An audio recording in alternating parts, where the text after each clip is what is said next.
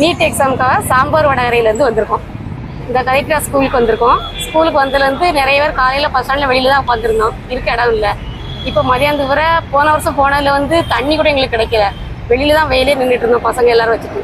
ஆனால் இந்த தடவை வந்ததுலேருந்து உள்ள என்ட்ரன்ஸில் வந்தோடனே தண்ணி ஃப்ரீயாக கொடுத்தாங்க, தண்ணி கொடுத்தாங்க, டீ கிடச்சிது.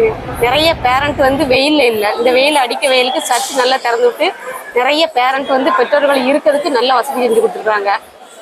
டீ முதற்கொண்டு பாத்ரூம், ரெஸ்ட் ரூம் எல்லா வசதியும், தண்ணி முதற்கொண்டு எல்லா வசதியும் செஞ்சு கொடுத்துருக்காங்க. இதில் எங்களுக்கு பெற்றோர்களுக்கும் சந்தோஷம், குழந்தைகளுக்கும் சந்தோஷம். இதே மாதிரி எல்லா இடத்துலையும் குழந்தைகளுக்கு இந்த வசதியை கொஞ்சம் செஞ்சு கொடுத்தாங்கன்னா அடுத்த வருஷம் நீட் எழுத வர பசங்களுக்கு ஒரு நல்ல ஒரு வாய்ப்பாக இருக்கும். சார், பண்பொழியிலேருந்து வரேன். எனது பொண்ணு நீட் எக்ஸாம் எழுத வந்திருக்காங்க. இந்த கதிட்டல் பள்ளியில் வந்து எழுத வந்திருக்காங்க. ஆனால் எல்லா கல்லூரியை விட இந்த கதிட்டல் பள்ளியில் சர்ச்சையும் திறந்து போட்டு, ஃபேன் போட்டு, ரெஸ்ட் ரூம் கொடுத்து, தண்ணி வசதி கொடுத்து, அதாவது இந்த சர்ச்சுக்கு அவங்களுக்கும் கர்த்தருக்கும் தான் நன்றி சொல்ல வேண்டிய அளவுக்கு இருக்குது.